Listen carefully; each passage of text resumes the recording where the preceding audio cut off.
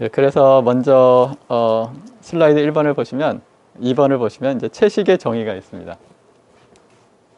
뭐 사실 이제 채식의 정의라기보다는 이제 이렇게 뭐 먼저 이제 채식은 어떤 방향성을 의미하는 거지 이게 뭐 등급 아니면 서열 뭐 우월성 이걸 의미하는 건 아닙니다. 이제 편의상 설명을 하면 이제 닭과 가금류는 먹는 사람, 근데 돼지나 소 이런 거 먹지 않는 사람, 또 오리나 해산물도 먹죠. 달걀도 먹고 우유나 치즈 이런 유제품도 먹습니다. 이런 사람을 세미 베지테리안, 세미는 절반은 채식인이다. 이제 이렇게 이제 저희가 이야기하고요. 또 가금류도 안 먹겠다. 그러면 이제 페스코.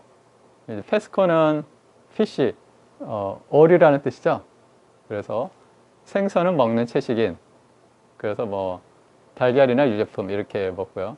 물론 이제 사람마다 이런 사람도 있어요. 있을 수 있겠죠. 생선은 먹는데 달걀은 안 먹어. 그죠? 뭐 그런데 그렇게까지 일일이 하기는 좀 어려우니까 일반적으로 이렇게 이야기를 합니다. 이제 많은 사람들이 이렇게 차츰 이렇게 변화를 하죠. 그다음 이러한 채식인은 락토. 락토는 이제 우유, 밀크라는 뜻이잖아요. 5번은 이제 에그, 계란이라는 뜻을 가지고 있고. 그래서 이제 유란 채식인은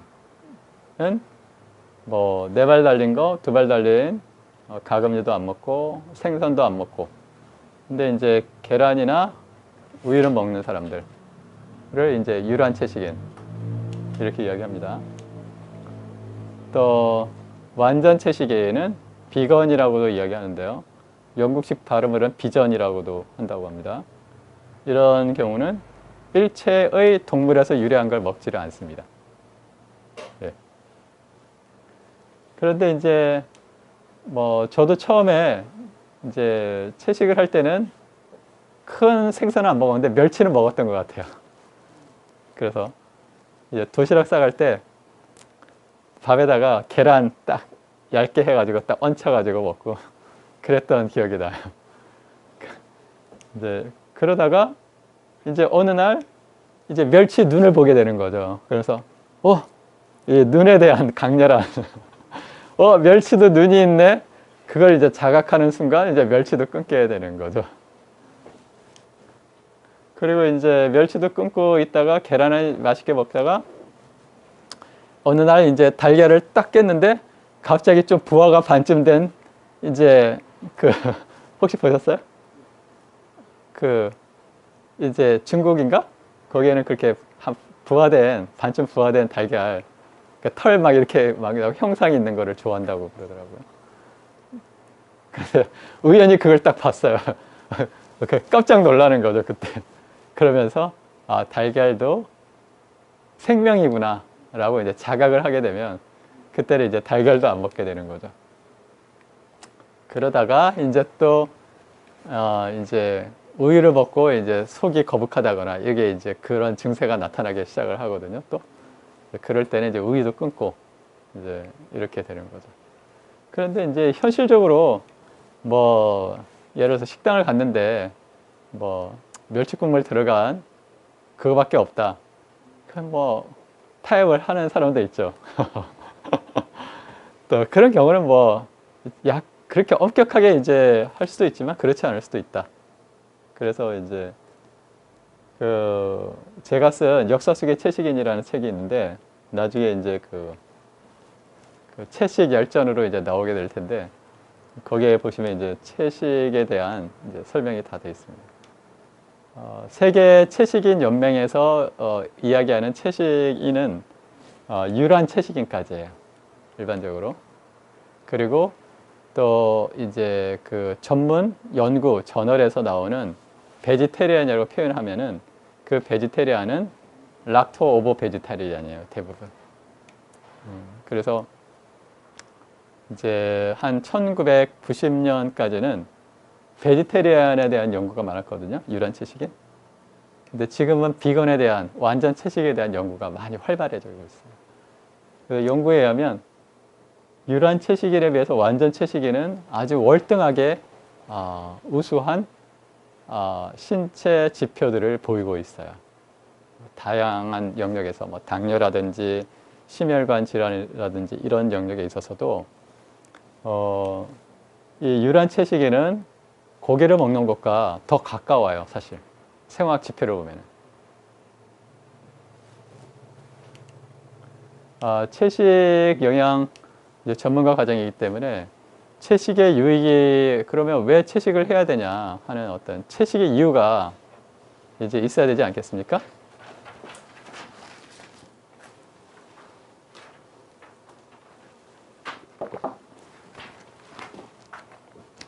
그래서 이제 채식을 왜 하냐 도대체. 고기 먹으면 뭐 그게 어때서 이제 이렇게 이야기를 할 수가 있어요. 뭐 흔히 이제 그런 얘기죠. 야, 그러면 식물은 뭐 생명이 아니냐? 뭐 이런 식으로 이제 이야기를 하는데, 첫 번째 채식의 중요한 이유는 이제 환경적인 요인들이 있어요.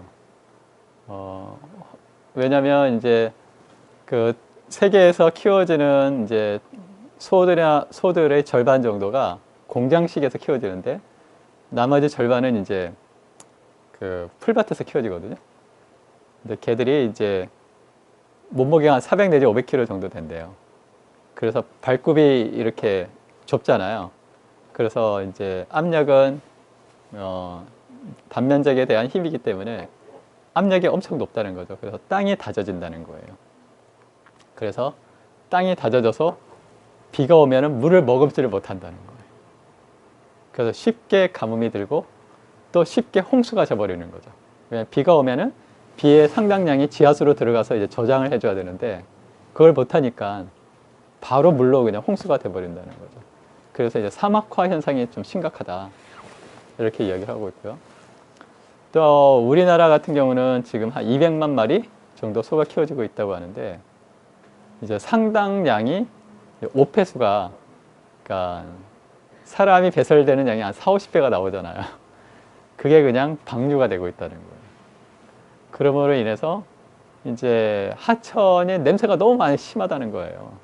시골에 한번 가보셨어요? 시골에 가면은 정말 끔찍해요. 그리고 또 이 축산 농장을 그냥 아무데나 그냥 허가를 내주는 거예요. 지자체에서. 그러니까 이 하류에 축산단지가 있는 게 아니라 막 상류에 있어요. 그러니까 똥이 계속 상류에서 하류로 계속 내려오는 거예요. 이제 그런 축산 오폐수 정화 장치를 하려면 단가가 안 나오거든요. 그래서 이제 그런 문제들 하고 또 이제 도살장들이 곳곳에 있어요. 그러다 보니까 이제 정서적으로도 상당히 이제 심각한 상황이죠. 그런 이제 문제가 있고요. 또 이제 이런 축산을 위해서 절반은 공장식으로 키우는데 공장식을 키우기 위해서 곡물을 먹이잖아요. 그래서 곡물을 생산하기 위한 땅들이 많이 필요하다는 거예요. 그래서 지금 GMO가 있는데 GMO 뭐 콩, GMO 이런 GMO 콩을 왜 만드느냐? 첫 번째 목적은 사료용으로 쓰는 거거든요. 그래서 사료용으로 계속 GMO를 개발을 하다가 시계 종말 시공사에서 나왔거든요. 이 책을 한번 보시기를 바랍니다. 정말 이게 잘 써 있어요. 이번 이제 제레미 리프킨이 종말 시리즈 몇 개 썼잖아요. 육식의 종말, 또 하나는 이제 노동의 종말이라고 있어요. 노동의 종말도 정말 읽어볼 만한 책이에요. 예, 노동의 종말. 그러니까 앞으로는 노동이라는 게 없어진다. 그 제레미 리프킨이 예언한 대로 지금 계속 진행이 되고 있어요, 세상이. 예. 그 다음에 이제 건강 증진. 이제 이 대표적인 저작물은 존 로빈슨이 쓴 육식이라는 책이에요. 이 책도 상당히 잘 나와 있어요. 이 책을 보시면 이 사람이 이제 의사거든요. 근데 베스킨 라빈슨 아이스크림 그 사장의 아들이에요. 그런데 아빠 거 다 땡겨 치우고 자기가 양심적으로 이제 그 여러 문헌들을 정말 거기 레퍼런스가 출처가 다 달려 있거든요. 그래서 이게 이제 상하원으로 되어 있는데 이거를 이제 보시면 도움이 될 거예요. 거기 보면은 뭐 암, 뭐 당뇨, 심혈관 질환, 뭐 온갖 질병들이 이 육식과 관련이 있다. 그리고 채식을 함으로써 개선된다. 자연스럽게. 이제 증거에 기반해서 보고가 되어 있어요. 이제 건강 증진 부분은 특히 이제 선진국으로 갈수록 이제 요즘에 채식에 대해서 정책적으로 많이 입안을 하고 있는데 조금 이따 하시겠지만 왜 그러냐면 이 의료 비용이 지금 선진국은 이 국방비보다 높아졌어요. 넘어진 지가 오래되거든요. 그러니까 미국 같은 경우는 전체 예산의 17%가 의료비로 나가요, 이미. 그러니까 무슨 말씀이냐면 이 지금과 같이 고기를 계속, 육식을 계속 먹게 하면서 그냥 방치를 하면서 의료비가 증가하는 것을 감당을 못 한다는 거예요, 이제는. 그러니까 국가의 디폴트 사태가 의료비로 인해서 많이 나오거든요. 지금 특히 이제 그리스 같은 데 있잖아요.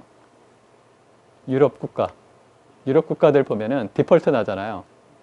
디폴트의 이면에는 뭐가 있냐면 의료비가 있어요. 그래서 국가적으로 이런 그런 이제 질병을 이제 원인을 계속 추적하다 보니까 이제 육류가 나오잖아요. 육류 섭취가. 그러니까 이제 국가적으로 지속 가능한 국가를 하려면 이제 채식 정책을 펼 수밖에 없는 거예요. 그러니까 선택의 문제가 아니라 이거는 시기의 문제가 돼버린 거예요. 그래서 이제 선진국 OECD 국가들 중에서 학교 급식으로 채식 급식을 선택으로 제공하지 않는 나라는 우리나라가 거의 유일할 거예요. 예. 그 다음에 이제 동물 보호. 지금 이제 우리나라 이제 그 애견, 뭐 반려동물들 키우는 사람이 지금 뭐 500만, 1000만이 됐다고 그러잖아요. 그러니까 이제 가까이 있는 이 강아지를 이렇게 쓰담다가 고기를 먹다가 문득 깨닫는 거죠. 아, 이 내가 먹는 고기와 강아지가 다를 바가 없구나. 어느 순간인가 자각을 하게 되면 이제 채식으로 전환을 하게 되는 거죠. 그 생명윤리. 특히 이제 지금은 이제 그 인터넷이나 이런 어떤 매체, 이제 언론 매체 같은 것들이 한 1, 20년 전만 해도 이제 거대 메이저들이 다 장악을 했잖아요. 그러니까 일반인들은 이제 그 메이저들이 제공하는 것만 봤거든요. 근데 지금은 뭐 아시잖아요. 유튜브, 그죠? 뭐 내가 이거 해가지고 바로 올려버리거든요. 그러니까 이제 어떤 상황이 벌어졌냐면 이 축산 현실에 대해서 사람들이 관심만 있으면 알 수 있게 된 거예요. 그러니까 심지어는 이제 도살하는 장면, 예? 몰래 들어가서 이제 촬영해가지고 올리는 사람도 있고, 예? 그 다음에 개고기 농장에 가서 일하는 척 하면서 이제 개 이제 줄 매달아가지고 이제 잡는 그런 장면을 이제 올리는 사람도 있고, 그러니까 이제 인간의 순수한 어떤 원초적인 감수성을 가진 사람들은 그런 장면을 보고 절대 고기를 못 먹어요. 또는 먹는다 하더라도 결국은 이제 점점 줄이게 될 수밖에 없어요. 그래서 이제 그런 부분들, 이제 그런 동물 생명윤리와 관련된 거. 이거는 이제 피터 싱어라는 사람이 1975년에 동물 해방이라는 책을 썼어요. 이것도 진짜 좋은 책이에요. 김성환 씨라는 분이 이제 번역하셨는데, 이것으로 인해서 그러니까 이제 그 서구에서 채식이 전개되는 과정에 크게 두 가지 그 중요한 동력이 있었는데, 이제 하나는 이런 건강적인 부분들에 대한 연구이고, 또 하나는 이런 생명윤리와 관련된 거였어요. 그래서 피터 싱어. 그래서 이제 미국에서 70년대, 80년대부터 급속하게 이제 채식 인구가 증가를 하게 되죠. 그 다음에 이제 또 하나 이제 여기 동물 보호와 관련된 책은 게일 아이스니츠라는 사람이 쓴 도살장이라는 책이 있어요. 그것도 읽어보시면 아주 적나라하죠. 그 다음에 이제 고전으로는 정글이라는 책이 있어요. 정글이라는 책은 고전이에요. 채식인들이 꼭 읽어야 할 이제 고전이라고 볼 수 있죠. 정글이라는 책이 있는데, 거기에는 이제 스토리가 그 북유럽에서 가난한 그러니까 그 가난한 유럽인이 미국으로 이제 20세기 초에 이주를 해요. 그러면서 이제 미국 시카고에서 이제 취직을 하게 되는데, 취직을 하게 된 게 이제 도살장이에요. 근데 청년이거든요. 되게 건장한 청년이고, 이제 10몇 살짜리 사랑스러운 아내와 갓 이제 결혼을 한 거예요. 그리고 이제 도살장에 이제 취업을 하게 된 거예요. 근데 그 도살장에 가니까 너무나 사람들이 허약하고, 뭐 이렇게 너무 얼굴이 볼품없고, 이런 이제 첫 장면이 나오거든요. 그러면서 이제 그 주인공이, 아, 나는 이렇게 건강한 신체를 가지고 있고, 육체를 가지고 있고, 사랑스러운 아내가 있고, 아름다운 아내가 있고, 나의 미래는 이제 그런 식으로 이제 이야기가 이제 전개가 되는데, 이야기가 이제 어떻게 되냐면, 그 건장했던 청년이 점점 허약하고 병들고 사고가 나서 약해지고 이런 과정이 이제 쭉 나와요. 그리고 심지어는 아내가 그 돈 몇 푼을 위해서 그 도살장의 공장장에게 이제 몸을 빼앗기는 이제 그런 장면들이 나오거든요. 그러니까 뭐냐면 이제 그 가장 산업 중에서 가장 열악한 환경에 있는 직종이 도살장이에요. 왜냐하면 컨베이어 벨트에 막 이렇게 움직이면서 빨리빨리 이제 살아있는 생명체를 죽이고 이제 해체를 해야 되는데 그 과정에서 상처를 가장 많이 입어요. 그래서 이제 칼로도 많이 자기 다치고 이제 그런 장면들이 나오거든요. 그래서 이제 그런 장면들 읽으면 아 정말 이제 채식이나 고기를 먹으면서 다시 생각을 하게 되죠. 그 다음에 이제 중요한 역할을 했던 책이 이 프란시스 무어 라펠가 쓴 작은 행성을 위한 식사예요. 다이어트 포 스몰 플래닛인가 이렇게 되는데 요만한 작은 소책자예요. 요만한 소책자인데 이게 아주 큰 반향을 일으켰어요. 그래서 그 애플사의 스티브 잡스 있잖아요. 스티브 잡스 자서전을 보면은 스티브 잡스가 이제 채식을 하거든요. 초반기에 10대 때부터 채식을 하거든요. 그런데 스티브 잡스가 채식을 하게 된 중요한 계기 중에 하나가 이 프란시스 무어 라펠의 작은 행성을 위한 식사예요. 그 책자예요. 근데 책자가 문고판으로 작은데 좀 두꺼워요. 근데 거기에는 이제 어떻게 채식을 할 것인가 그런 레시피까지 들어있거든요. 아주 친절한 책인데 그 한번 보시면 좋아요. 번역이 돼 있으니까. 그래서 이제 채식의 이유와 유익은 이런 다양한 영역에서 이제 발생을 한다는 겁니다. 그러니까 어떻게 보면은 정말 모든 존재에게 유익한 식생활이죠. 건강도 개선을 시키죠. 또 동물을 죽이지 않아도 되죠. 환경도 보호하고 환경을 훨씬 아름답게 유지를 시킬 수 있죠. 또 기아 문제. 세계적으로 이제 3천만 명이 계속 뭐 굶어 죽는다고 그러거든요. 매년. 그런데 이제 우리가 곡물로 그걸 낭비하지 않으면 이 사람들 다 먹여 살릴 수 있다는 거예요. 네.